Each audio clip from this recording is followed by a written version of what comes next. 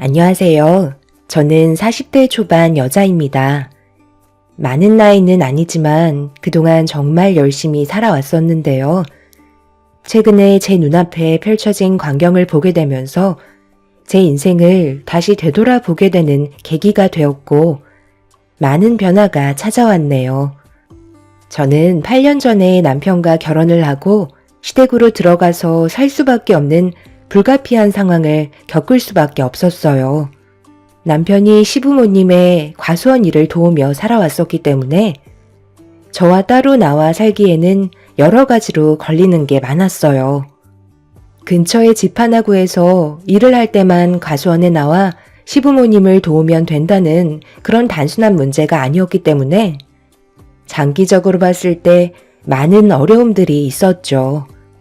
저도 시댁에서 생활하는 걸 꺼려했고 이 문제로 남편과 많은 갈등이 있었습니다.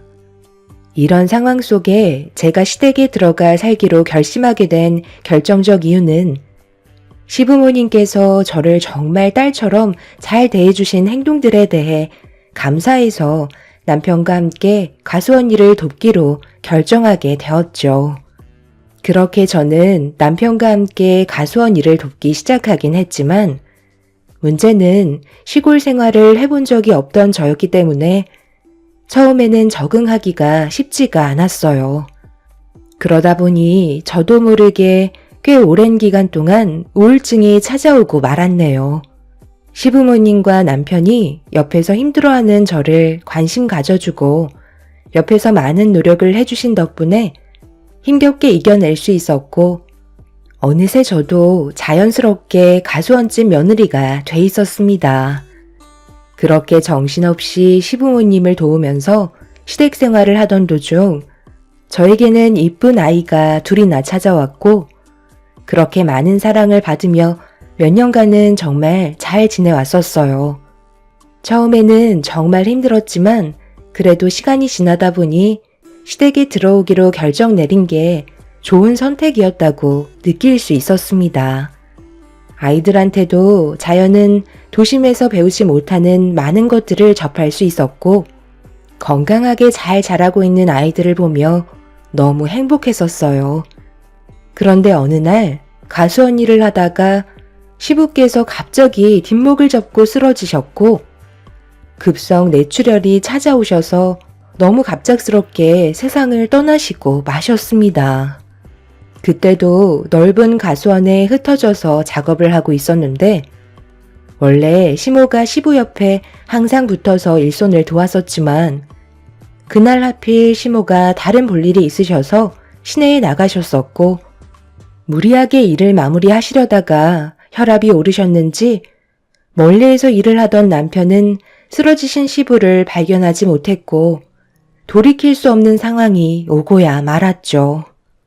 뒤늦게 시부를 발견한 남편이 구조대에 연락을 취해 응급조치를 취했지만 시부는 돌아오지 않으셨고 때마침 볼일을 끝내고 돌아오신 시모는 양손에 들고 계셨던 물건을 떨어뜨리시곤 그 자리에 주저앉아 오열을 하셨네요.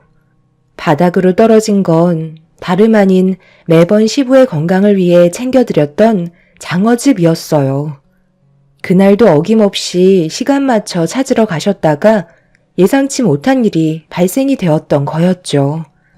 그때부터 한동안 시댁 집안은 정상으로 회복되는데 상당히 오래 걸렸었고 시부가 세상 떠나신 이후부터 시모의 성격 또한 많이 변하셨습니다. 완전히 다른 사람으로 변하신 시모의 모습이 저희 부부는 적응을 하지 못할 정도로 정말 힘들었었어요. 시부가 떠나셔서 그 아픔으로 인해 잠시 동안 우울증 증세를 보이시는 거라고 생각했었는데 그 기간이 몇 달이 지나고 1년이 지나자 저희도 점점 지쳐가게 되었죠. 어떤 위기가 찾아와도 가족은 서로 뭉치고 헤쳐나가다 보면 빛이 보인다는 말을 들었기 때문에 저희도 어려운 상황을 이겨내면 분명 좋은 결과가 찾아올 거라 믿고 있었죠. 하지만 시모는 노력하고 있는 저희를 봐주려 하지 않았어요. 시모의 눈에 거슬리는 행동을 보인다면 무조건 짚고 넘어가셨어요. 그러다 보니 저도 조금씩 불만을 털어놓고 말았죠. 너는 어떻게 된 게? 우리 집안 며느리로 들어온 지 벌써 7년이 넘어가는데 아직도 집안일이 이렇게 서툴러서야 되겠니? 도대체가 조금도 바뀌지가 않아. 처음에는 시골 생활을 안 해봤기 때문에 시간이 지나면 괜찮아질 줄 알았는데 우리 집에 처음 들어왔을 때나 지금이나 그대로면 내가 화가 안 나겠어? 애만 싸지르면 다 넘어갈 거라 생각하는 건 큰 오산이다. 맨날 애 핑계 대면서 과수원 일은 전혀 안 하려 들잖아? 빨리 나가서 우리 아들 일손 도와주지 못해? 어머님, 저 지금 애들 씻기고 있었잖아요. 제가 하루가 모자랄 정도로 얼마나 바쁜 줄 아세요? 때 되면 밥 차려야 되고 애들 씻기고 집안일까지 전부 다 한 다음 남은 시간 과수원에 나가서 모자란 일손 돕고 들어오는데 어머님은 아버님 세상 떠나시고 과수원 일에는 손가락 하나 까딱하지 않으시잖아요. 그래도 시간 지나면 괜찮아지실 줄 알았는데 날이 가면 갈수록 어머님 히스테리 감당하기가 너무 힘들어요. 이제는 제발 다시 예전으로 돌아오셨으면 좋겠어요. 뭘 예전으로 돌아가? 너는 우리 집안의 며느리로 들어올 때부터 마음에 안 들었어. 그냥 내 아들 총각 만들기 싫어서 받아준 것뿐이야. 외국인이랑 결혼하는 것보단 그래도 대화가 통하는 한국인이랑 결혼하는 게 좋은 거니까 받아준 것뿐이라고. 그동안 좋게 얘기하고 잘 대해준 건 전부 다 너를 과수원으로 들이기 위해서였다. 그걸 아직까지 눈치채지 못한 네가 그만큼 멍청하다는 거야. 일 다 봤으면 세탁기 돌리고 빨리 나가서 일이나 해라. 어머님은 뭐 하시게요? 맨날 집에만 계시지 말고 이제 좀 바깥 바람 좀 쐬시고 동네 분들과 여행도 다니세요. 햇볕을 쬐지 못하니까 짜증만 늘어가시는 거라고요. 솔직히 저도 그렇고 그이도 참는데 한계에 도달했어요. 저한테 상처 주시려고 막말하셔봤자 소용없어요. 제가 생각보다 멘탈이 강하거든요. 시모는 저에게 어떻게든 상처를 주려 하셨고 그런 모습이 이골이 났던 저도 시모의 말에 반박하면서 불만 섞인 말투를 던지게 되었습니다. 시모는 그런 저를 보며 더욱더 크게 화를 내셨지만 아랑곳하지 않았어요. 그렇게 시모를 대하는 감정이 점점 안 좋은 쪽으로 위기가 흘러가면서 시모와의 대화에 목소리가 높아지는 걸 느낄 수 있었습니다. 이러다 언젠가 크게 터질 것 같은 불안한 느낌이 들었지만 저도 참는 데는 한계가 있어 결국 과수원에서 남편의 일손을 돕고 들어오다가 돌발 상황이 생기고 말았습니다. 시모가 집안의 물건들이 전부 다 낡았다면서 힘들게 돈 벌어도 그릇 하나 새 걸로 들여오지 않는다며 시모는 식기들을 현관 앞으로 막 던지기 시작하셨어요. 너무 당황했던 남편과 저는 뭐 하시는 거냐고 소리를 지르면서 시모의 손에 들려있던 접시를 빼앗았고 남편은 시모를 진정시켰습니다. 그런데 남편과 제가 오자마자 아이들이 바닥에 떨어진 접시 파편을 못 봤는지 저희한테 달려왔고 오지 말라고 소리를 질렀지만 이미 아이들의 발에는 깨진 접시의 파편으로 인해 상처가 나게 되고 말았습니다. 저는 아이들의 발에서 출혈이 나는 걸 보고 깜짝 놀라 비명을 질렀고 시모도 그 모습을 보곤 당황하셨는지 뒷걸음질치기 시작하셨어요. 결국 참아왔던 남편은 폭발을 하고 말았고 집안은 난리가 나고 말았네요.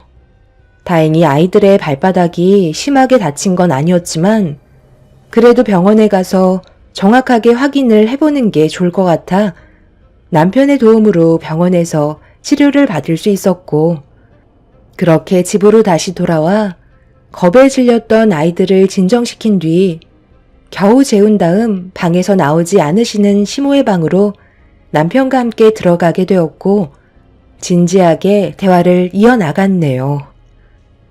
더 이상은 이렇게는 못 살 것 같아요. 아버지가 세상 떠나신 지 벌써 1년이 넘었는데 저희가 언제까지 엄마의 히스테리를 전부 받아줘야 하는 거예요? 지금 집안 꼴을 보세요. 단 하루도 편할 날이 없었고 서로 얼굴 붉히며 살고 있잖아요. 저도 그렇고 엄마도 이런 삶을 원하지 않으셨겠지만 이게 현실이잖아요. 돌이킬 수 없으면 받아들이고 새롭게 시작하셔야지. 맨날 이 사람만 보면 얼굴 붉히면서 화부터 내시잖아요. 애들이 뭐라는 줄 알아요? 할머니가 너무 무섭대요. 계속해서 이런 식으로 사실 거면 저도 이제 과수원 일 때려치우고 그냥 다른 일 알아보도록 할게요. 엄마가 하시는 행동을 보면 저희가 따로 나가 살길 원하시는 것 같아요. 그러지 않고서야 저와 이 사람한테 막대하실 이유가 없잖아요. 결국 엄마의 잘못된 행동들로 인해 애들까지 피해를 봤다고요. 얘가 태들지만 않았어도 이런 일은 안 생겼지. 꼭 내 탓만 있는 건 아니잖아. 애들이 크게 다친 것도 아니라면서 며느리 앞에서 엄마한테 꼭 그렇게 화를 내야 되겠어? 그래, 너 말 잘했다. 말 나온 김에 이 과수원도 전부 다 팔아버려. 나는 뭐 이런 일 하고 싶은 줄 알아? 세상 떠난 너희 아빠 잘못 만나서 한평생 과수원 일만 하고 살았다고. 내 삶의 여행이라도 있긴 했는 줄 알아? 그래도 이걸로 너 대학 보내고 결혼까지 시켜줬잖아. 결혼하면 자기 마누라랑 자기 새끼밖에 모른다더니. 정말 그 말이 맞나 보다. 너 마음대로 해라. 과수원을 팔던 너희들끼리 따로 살림을 차려서 나가던 알아서 하라고. 다 꼴보기 싫다. 어머님, 꼭 이렇게까지 하셔야겠어요? 방금 하신 행동은 정말 위험했다고요. 모르시는 거 아니시잖아요. 이제 제발 그만하세요. 어머님이 아버님 잊으시려고 일부러 그러시는 거 모르는 거 아니에요. 어머님, 죄책감 가지고 계신 거잖아요. 그때 시내를 가지 않고 아버님 옆에 계셨다면 지금쯤 살아 계셨을 텐데 어머님이 시내를 다녀오신 바람에 이런 일이 생기게 된 것 같아 괴로워하시는 거 몇 번이나 봤었다고요. 그런데 산 사람은 살아야 되잖아요. 저희랑 어머님 손주들 앞으로 어떻게 하시게요? 정말 이런 식으로 행동하시다가 우리 가족 전부 무너질지도 몰라요. 심하면 아버님 곁으로 갈지도 모르죠. 그런 걸 원하시는 건 아니잖아요. 제 말이 끝나자마자 시모는 오열을 하셨고 세상을 떠나신 시부에 대한 그리움을 온몸으로 괴로워하셨습니다. 저희는 그 모습을 묵묵히 바라만 보고 있었고 그날 이후 시모가 다시 예전처럼 밝은 모습으로 돌아와 주길 간절히 원했었죠. 하지만 저희의 기대와 다르게 시모는 조금도 변하지 않는 모습을 보여주셨습니다. 오히려 더욱더 난리를 치시는 바람에 저희는 한계에 다다르고 말았네요. 아이들이 옆에 있는데도 입에 담지 못할 온갖 막말을 퍼부으셨고 그런 모습을 지켜보던 남편은 정신적으로 문제가 생긴 것 같다면서 아무래도 병원에 입원하는 게 좋을 것 같다는 결정을 내리고 말았습니다. 그렇게 남편은 한참의 고민 끝에 시모에게 병원에서 치료를 받길 권했지만 남편의 말이 끝나기가 무섭게 정신적으로 전혀 문제가 없다면서 입원하는 걸 강하게 거부를 하셨네요. 이제는 하다하다 키워준 어미를 정신병원에 입원시키려 들어? 너희 아빠가 이 사실을 알았다면 가만뒀을 것 같아? 이제 네 마누라랑 살겠다는 거지? 무슨 말을 그렇게 하세요? 엄마의 상태가 점점 심각해지시니까 더 나빠지기 전에 해결 방법을 찾으려는 거잖아요. 저는 이런 결정이 좋아서 했겠어요? 어머님, 이제 그만 좀 하세요. 이 사람이 그동안 얼마나 많은 고민을 했는지 아세요? 오죽했으면 이런 결정을 내렸겠냐고요. 어머님만 변하시면 저희 가족 아무 문제 없어요. 저번에도 말씀드렸잖아요. 이제 털어버리고 저희와 새롭게 시작하자고 했는데 어머님은 오히려 그때보다 지금 더 난리를 치고 계세요. 나는 정신 멀쩡하고 지금 이대로 사는데 아무런 문제 없다. 한 번만 더 내 앞에서 병원에 입원하라는 둥 얘기하면 그때는 우리 모두 저 세상 갈 줄 알아. 남편이 정신병원에 입원하는 게 좋을 것 같다고 말씀드리자 시몬은 절대 입원하지 않겠다며 집안의 물건들을 잡히는 대로 집어 던지셨고 그 모습을 묵묵히 바라보고 있던 남편은 계획대로 결국 시모를 정신병원에 입원을 시키고 말았습니다. 끝까지 가지 않겠다며 동네가 떠나갈 정도로 난리를 치셨지만 결국 시모는 입원을 하게 되셨고 그 모습을 지켜보던 남편은 주저앉아 오열을 하게 되었네요. 저 또한 마음이 너무 안 좋았지만 이렇게 하지 않으면 저희 가족에 더 큰 불행이 찾아오는 건 너무 당연했기 때문에 어쩔 수 없는 결정이었습니다. 그리고 남편은 그동안 평생 시부모님 밑에서 운영하던 과수원을 정리하고 한동안 시모가 예전의 모습으로 다시 돌아올 수 있게 할 수 있는 건 최선을 다해 도와드리기로 했었죠. 그렇게 열심히 병원에서 원하는 요구를 들어주었고 그렇게 시모가 하루라도 빨리 다시 예전처럼 좋아지길 간절히 원하며 정신병원에 면회를 하던 어느 날 시모께 저는 너무 큰 상처를 받고 말았네요. 걔가 글쎄 아직까지도 자기가 마음에 들어서 결혼 허락해줬는지 알고 있다니까요. 솔직히 처음 봤을 때부터 이건 아니다 싶더라고요. 얼마나 맹하게 생겼던지. 며느리로 들어오면 쉬지 않고 사고가 날 것 같아 정말 반대하고 싶었거든요. 그런데 왜 허락한 줄 아세요? 다른 건 몰라도 힘 하나는 좋아 보이더라고요. 제가 과수원 일을 하는데요. 무조건 체력이 좋아야 하는데 그거 하나는 봐줄만 하길래 어쩔 수 없이 허락을 하게 됐는데 그 선택이 평생을 후회하게 만들 거라곤 정말 몰랐네요. 힘 좀 쓸 줄 알았는데 전부 다 물살이라 근육은 하나도 없고 전부 다 지방이라서 속빈 강정이었다니까요. 시골에선 생활해 본 적 없다고 애처럼 눈물을 찔끔거리는데 아유 얼마나 속 터지던지. 뭐가 힘들다고 우울증약까지 복용하는 거 보고 복장 터지는 줄 알았어요. 그리고 결과적으로 저를 보세요. 며느리 하나 잘못 들어와서 결국 정신병원에 이 꼴로 입원하게 됐네요.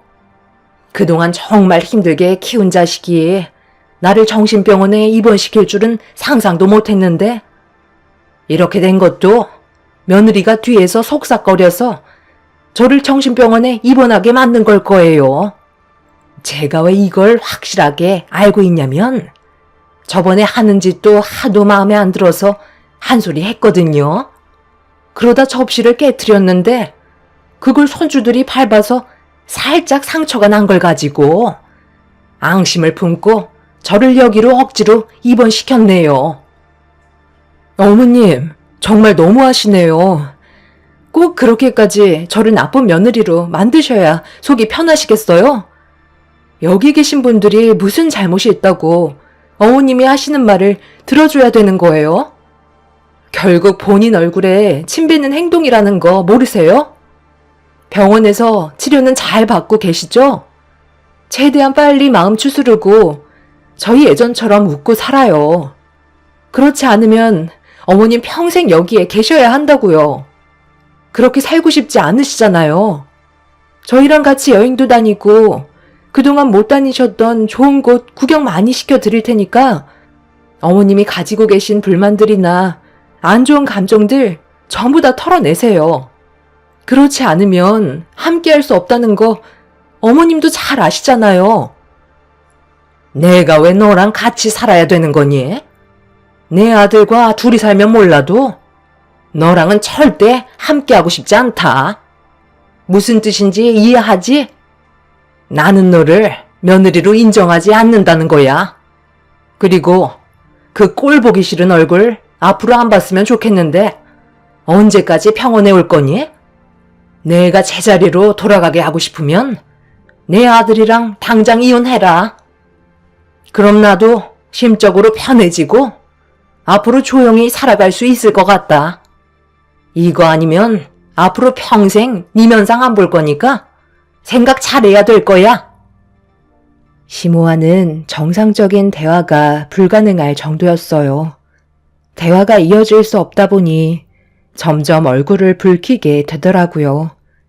그래서 어쩔 수 없이 저는 당분간 병원을 오지 않겠다고 결심하게 되었고, 시모에게 인사를 드린 뒤 다시는 오지 않겠다며 등을 돌렸는데, 그 순간 제 등 뒤에서 무언가 떨어지듯 쿵 하는 소리가 병실에 울려 퍼졌고, 고개를 돌려 확인을 하자마자 급하게 간호사를 부르게 되었네요. 시모가 갑자기 쓰러지셔서 너무 당황하고 말았어요. 한동안 깨어나지 못하고 계신 시모를 지켜보던 의사는 정밀검사가 필요할 것 같다는 의견을 주셨고, 뒤이어 남편이 병원에 도착을 하면서 시모의 건강 상태에 대해 심각한 대화를 주고받고 있었습니다. 그래서 시모의 정밀검사 진행을 위해 정신을 차리신 뒤 큰 병원으로 옮겨 정밀검사를 진행하게 되었고, 시모는 제가 찾아와서 급격한 스트레스를 받은 것뿐이라며 저만 사라지면 된다는 쓸데없는 말만 계속해서 늘어놓으셨습니다. 투덜거리시면서 정밀검사를 끝낸 시모는 제 얼굴이 보고 싶지 않다며 커튼을 치셨고, 그 모습을 보며 한숨을 쉬면서 남편이 병실로 들어오길 기다리고 있었습니다. 그렇게 얼마의 시간이 흐르고 남편이 병실 문을 열며 들어왔는데 안색이 상당히 좋지 않았어요. 비틀거리며 걸어온 남편은 닫힌 커튼 앞에 서더니 갑자기 눈물을 쏟아내기 시작했고, 남편의 목소리를 들은 시모는 저와 당장 이혼하고 둘이서만 살자는 말을 꺼내셨네요. 그 말을 듣고 있던 남편은 병실이 떠나갈 정도로 화를 내면서 그만 좀 하시라고 소리를 질렀고, 닫혀있던 커튼이 쳐지던 그 순간 화들짝 놀란 시모를 바라보며 남편이 뱉은 한마디에 시모 인생에 날벼락이 치게 되었네요. 너 지금 뭐라고 그랬니? 다시 한번 말해봐라. 아니지? 내가 잘못 들은 거지? 나는 누구보다 건강하고 지금까지 살면서 병실에 한 적 거의 없을 만큼 얼마나 건강했는데 나보고 그 말을 믿으라는 거야? 너 괜히 나 겁주게 하려는 거지? 그래봤자 소용없다. 이런다고 내가 며느리한테 다시 잘해줄 것 같아? 제발 정신 좀 차리세요. 이제 엄마한테 주어진 시간이 얼마 남지 않았다고요. 지금 얼마나 심각한 상황인 줄 아시면서 그런 말이 나와요? 의사도 고개를 흔들 정도면 끝난 거나 마찬가지라고요.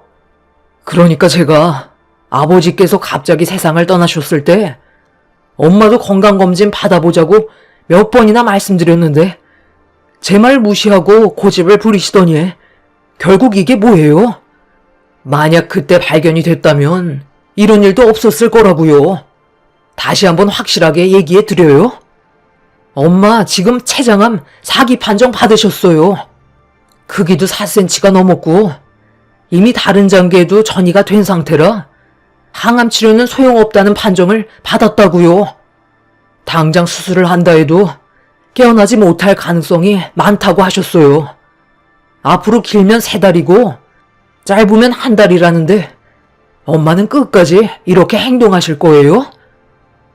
저는 남편의 입에서 시모가 췌장암 4기 판정을 받았다는 말이 나오는 순간 가슴이 철렁 내려앉았고 시모는 현실을 받아들이지 못하고 계셨어요. 그렇게 한참 동안 멍하니 아무 말 없이 남편을 바라보시다가 결국 눈물을 왈칵 쏟아내고 말았네요. 남편에게 정말 방법이 없냐고 물어봤지만 별다른 해결책이 없는지 고개를 절레절레 흔들었고 신변 정리를 하는 게 훨씬 더 좋을 거라는 말을 꺼내었네요. 모든 결정은 시모께 있었어요. 병원에서 조금의 기적이라도 바란다면 항암 치료와 수술을 진행해야 되는 거고 그걸 원치 않으시면 집으로 돌아가셔서 주변 정리를 하셔야만 했죠. 시모는 한참의 고민 끝에 항암 치료가 아닌 주변 정리를 택하셨고 다시 집으로 돌아오신 시모는 대문 앞에 서서 멍하니 과수원을 둘러보셨습니다. 순식간에 분위기가 변해버리신 모습을 보니 저도 너무 마음이 안 좋더라고요. 자신에게 주어진 시간이 얼마 남지 않았다는 걸 알았을 때 그때의 기분이 어떨지 저는 감히 짐작할 수 없지만 곁에서 시모의 모습을 지켜보는데 저도 모르게 눈물이 왈칵 쏟아져 내렸습니다. 불과 몇 시간 전까지만 해도 저를 잡아먹을 듯이 난리를 치시던 모습은 사라지셨고 온몸에 기력이 없어 보이셨네요. 누구나 한 번쯤은 마지막 순간을 경험하겠지만 그때가 오기 전까진 자신이 언제 세상을 떠날지 모르기 때문에 정신없이 살다 보면 어느새 까먹기 마련이죠. 지금의 순간을 감사하지 못한 채 현실을 부정적으로만 바라보신 시모는 많은 걸 후회하시는 것 같아 보였어요. 시모는 시부와 결혼을 하시고 한평생 과수원을 벗어나지 못하셨는데 집에 들어가지 않으시고 그동안 함께했던 많은 추억이 담긴 과수원을 묵묵히 걸으셨습니다. 그 전에는 잘 몰랐는데 혼자 외롭게 걷고 계신 뒷모습을 보니 너무 작아 보이셨고 한편으론 저희가 시모에게 너무했나 싶은 생각도 들더라고요. 한참 동안 남편과 저는 과수원을 걷고 계신 시모의 뒤를 천천히 따라가면서 함께했던 추억이 담긴 공간이 얼마나 소중했는지 다시 한번 느낄 수 있었습니다. 힘든 날도 많았지만 시부가 함께했을 때 서로 웃으며 행복했던 날들이 훨씬 더 많았기 때문에 저희 가족에겐 너무나도 소중한 공간이었어요. 시모는 그렇게 한참 동안 앙상한 가지만 남은 과수원을 걸으시다가 집으로 들어가셨습니다. 그리고 거실에 앉으시더니 저희도 자리에 앉으라며 손짓을 하셨네요. 내가 그동안 너희들한테 많은 상처를 주고 못살게 굴었던 건 정말 미안하게 생각한다. 나도 그이가 세상을 떠난 뒤 정신적으로 너무 힘들다 보니까 여러 가지 복합적인 감정들이 너희들한테 표출된 것 같구나. 상처받는 거 뻔히 알면서도 내 괴로운 마음을 계속해서 숨기고 싶었다. 그러면 안 되는 걸 알면서도 우리가 함께했던 좋았던 기억들이 계속해서 떠올라 나를 너무 힘들게 만들었어. 그래서 안 좋은 기억들을 더 만들어 좋은 기억을 지워버리려는 미련한 행동을 하고 말았단다. 그러면 안 되는 줄 알면서도 너희들만 보면 계속 세상 떠난 그 사람이 떠오르는 걸 어쩌겠니? 그래서 괜히 심술 부린 거고 너희들의 마음에 상처를 준 건데 내가 잘못 생각하고 있었던 것 같아. 나는 현실을 부정하려 했던 거고 받아들이지 않았던 거야. 아들, 네가 나한테 했던 말처럼 모든 걸 받아들이고 남은 사람들끼리 행복하게 잘 살기 위해 노력해야 된다고 했었는데 엄마는 미련하게 너희 아빠가 세상을 떠난 걸 인정하고 싶지 않았다. 지금도 현관문을 바라보고 있으면 가수원 일을 마치고 배고프다며 먼지를 털면서 들어올 것만 같고 자다가 눈을 뜨면 내 옆에서 코 골며 자고 있을 것 같아 매 순간이 너무 괴로웠었다. 둘이서 여행 한번 제대로 가본 적 없었지만 그래도 서로 의지하며 살아왔었는데 평생 함께할 줄 알았던 내 짝을 잃게 되니 모든 게 무너져 내렸고 인정하고 싶지 않았던 괴로움들을 너희들한테 표출해서 너무 미안하다. 나도 이제 곧 그 사람을 따라가겠지만 남은 시간 조용히 지내다 가고 싶구나. 시모는 저희 부부에게 그동안 정말 미안했다고 마음을 털어 놓으셨어요. 평생 함께할 줄 알았던 배우자가 세상을 떠나게 되는 아픔이 너무 괴로웠고 저희들만 보면 언제나 함께했던 시부가 계속해서 떠올라 시모를 힘들게 한 것 같아 보였어요. 그런 시모의 마음을 어느 정도 이해할 수 있었고 그날 이후 시모는 남은 기간을 시부와 함께했던 공간에서 보내셨네요. 남편은 여행이라도 같이 갔으면 좋겠다고 했지만 시모는 저희와 손주들을 보며 지금의 순간을 최대한 눈에 담으려 하셨어요. 당신의 잘못된 행동으로 상처를 낸 손주들의 발을 직접 손으로 어루만지시며 할머니가 미안했다고 안아주셨네요. 그때 시모도 너무 놀라서 가슴이 철렁 내려앉았었다고 모든 걸 솔직하게 털어놓으셨는데 저희는 그것도 모르고 시모를 병원에 입원시켰다는 거에 너무 마음이 안 좋았어요. 그렇게 서로 지난 과거의 행동들에 대해 후회하며 주어진 현실에 최선을 다했고 많은 추억을 남기기 위해 슬픈 얼굴보다는 웃는 얼굴로 서로를 대했어요. 그리고 시모는 의사가 말했던 예정된 날짜보다 일찍 세상을 떠나셨습니다. 작별 인사도 없이 피곤하시다며 먼저 방으로 들어가 누우셨는데 그 모습이 저희들에겐 마지막이었어요. 남편은 깨어나지 못하시는 시모의 손을 어루만지며 오열을 했고 한참 동안 집안에는 울음소리만 울려 퍼졌습니다.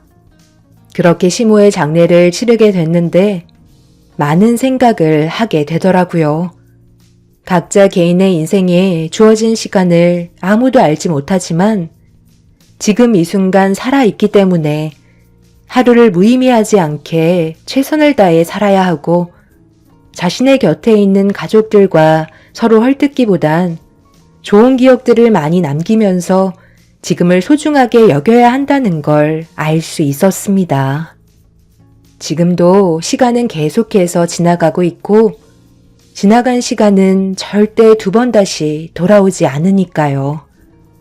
여러분들께서도 지금 이 순간 가족이나 사랑하는 배우자에게 좋은 말 한마디씩이라도 해준다면 그날은 행복한 날로 기억에 남을 겁니다.